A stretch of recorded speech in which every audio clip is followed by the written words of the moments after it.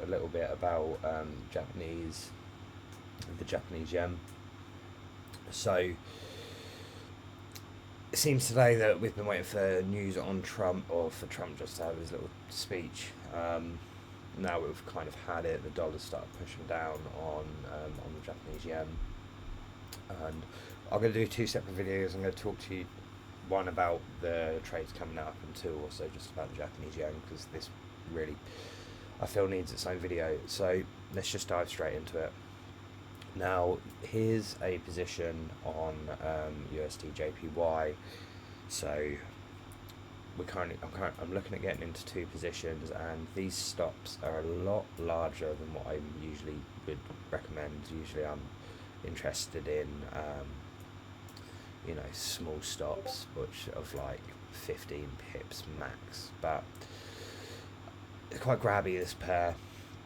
Also as well, I don't really want to miss this move, so I've had to size accordingly, and I would recommend you guys do the same if you're looking at taking a position or taking a trade. Now this trade is a fundamental trade, but it's also it's a technical trade, but it's mainly fundamental. So let's first look at we'll look at the technicals, and then we'll start talking about the fundamentals. So we've got here obviously this key level. It's been acting as a key level for quite some time, and price has broken below it. It's retested it, it's broken below it, it's tried to push above it today, and we've ended up having head and shoulders form on the hourly. So managed to get into this position relatively early, and now what I'm looking for is a break and a retest of this level here, and then just putting the stop above this level, only just in case, okay, and then looking to hold on to it.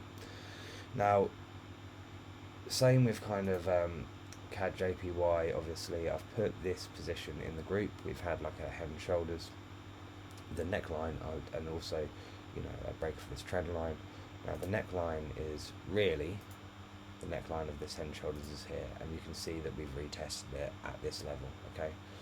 So now we're waiting for kind of another bit of the head and shoulders to form and to get into the position here on this trade, but we'll see what happens. We'll see what happens on it. So the reason why I'm looking to short this pair, and the reason why I'm so interested in shorting this pair, is mainly due to what's happening tonight. So tonight we've got the inflation rate year on year coming out at 11:30 UK time, and most importantly we've got the Bank of Japan interest rate decision coming.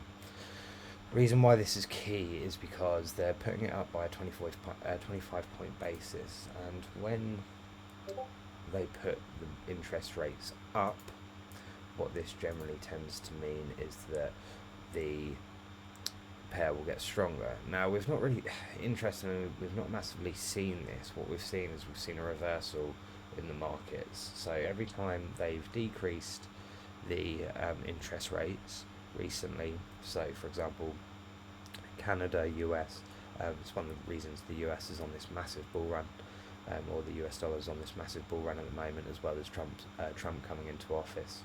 But the reason for this is because interest rates go up, or interest rates are generally higher. It means the inflation is generally higher, interest rates go up, which is generally better for the economy. Now last time we saw this was all the way back in, going on to the daily here, last time we saw this was all the way back here on the 30th of July. So on the 30th of July 2024, the Bank of Japan put their interest rates up. Now what was quite interesting about this at the time, and this is what we also spoke about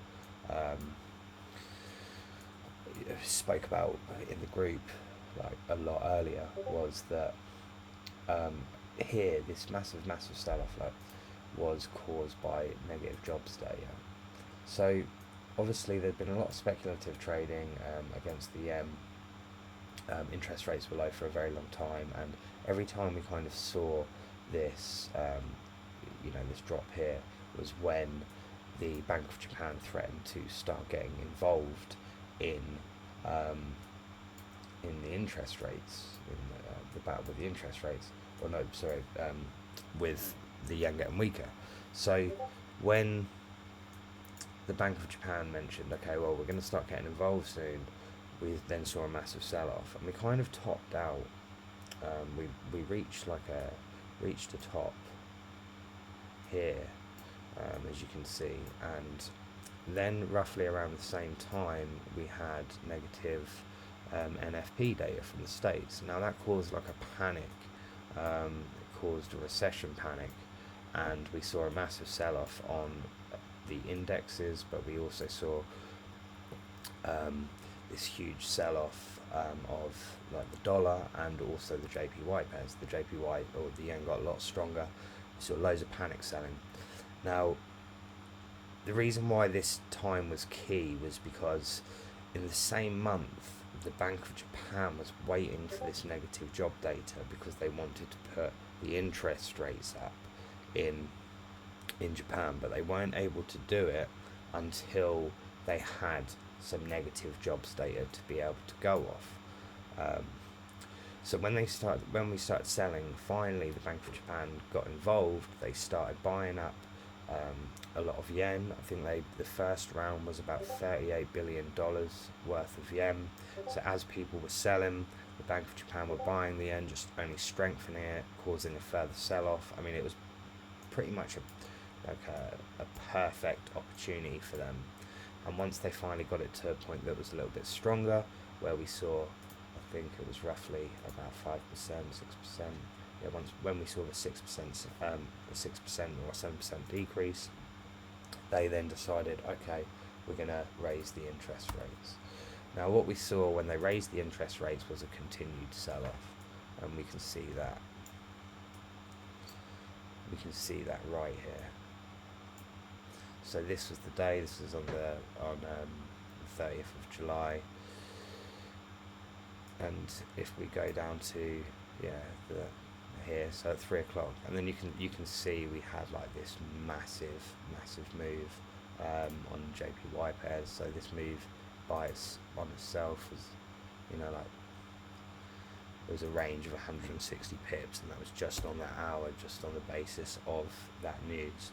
And then we saw a further sell-off, so we saw another 8% decrease.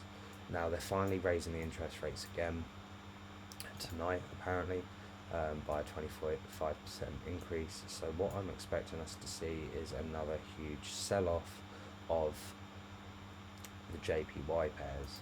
So as it stands at the moment, the technicals are telling us that this is also going to be the case. We've had kind of like a liquidity grab on the hourly up here above this level.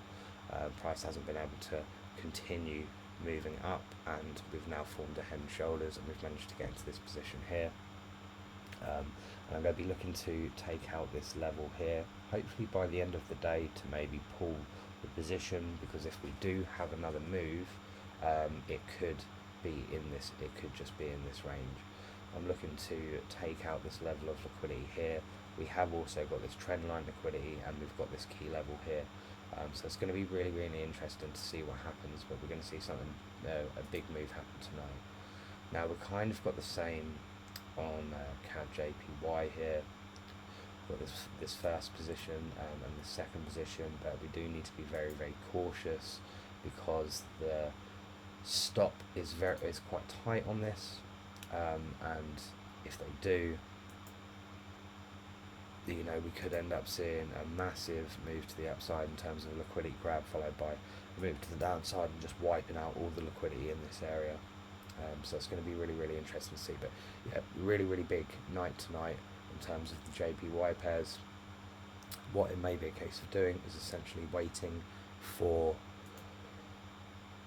it just to make its move, have the consolidation, and then just continue to trade down to the next level of liquidity. But yeah, so tonight we're going to see probably quite a big sell-off.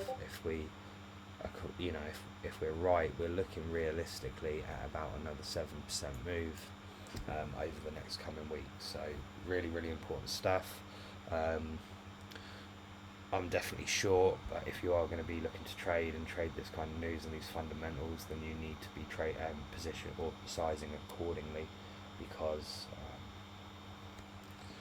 obviously news of this impact could have a real bad effect if it is a liquidity grab on your account size. So yeah, any questions, just drop them below or just put them into the group, guys.